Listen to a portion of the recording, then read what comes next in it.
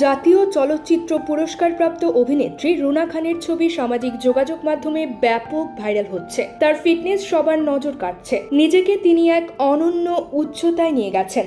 নারীর পরিচয়, নারীর কাজের স্বাধীনতা, পোশাকের স্বাধীনতা আর নারীর শারীরিক ও মানসিক ফিটনেস ধরে রাখার ক্ষেত্রে রুনা খানের রয়েছে এক অনন্য জীবনবোধ। মাঝে মাঝে মনে হয় সামাজিক প্রথার বৃত্ত ভাঙতে ভাঙতে রুনা খান নিজেকে নান্দনিকভাবে সৃজন করেন। এই ভাঙা গড়ার মধ্যে এক অসাধারণ রুনা খান আমাদের মানসপটে ধরা দেয়।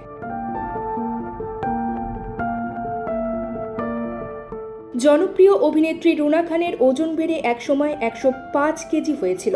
এক বছরের ব্যবধানে 39 কেজি ওজন কমিয়ে নিজেকে ঝরঝরে করে ফেলেছেন এই অভিনেত্রী। 40টি বসন্ত পার করার পর একজন মায়ের নিজের ফিটনেস নতুন করে ফিরে পাওয়া যথার্থভাবেই আলোড়িত করেছে সকলকে। তিনি অবশ্য প্রথমেই ভালো থাকার বিষয়ে অগ্রাধিকার দিলেন মানসিক স্বাস্থ্যকে।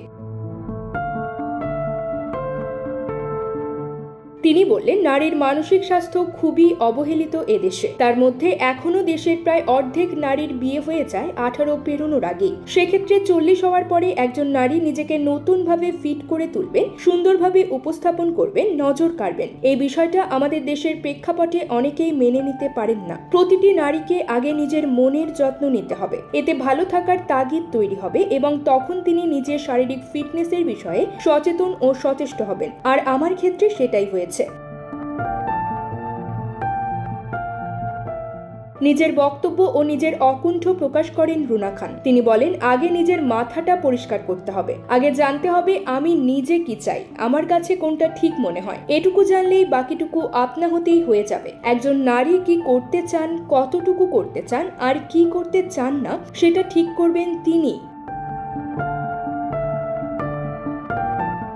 দেশি শাড়ি রুনার খুব প্রিয়, বিশেষ করে জামদানি। কোথাও গেলে দেশি শাড়িতে নিজেকে সাজাতে বেশি ভালোবাসেন তিনি। জগতের কোনো প্রাণের ক্ষতি সাধন না করে যে কারো নিজের বিশ্বাস ও ইচ্ছা অনুযায়ী সবকিছু করতে পারার অধিকার আছে। ফিটনেস নিয়ে তিনি জানান, তিনি চিনি খান না, ব্ল্যাক কফি, শাকসবজি বেশি খান তিনি, বাদাম খান, গ্রিন টি, লেবুও থাকে তার খাবারের তালিকায়।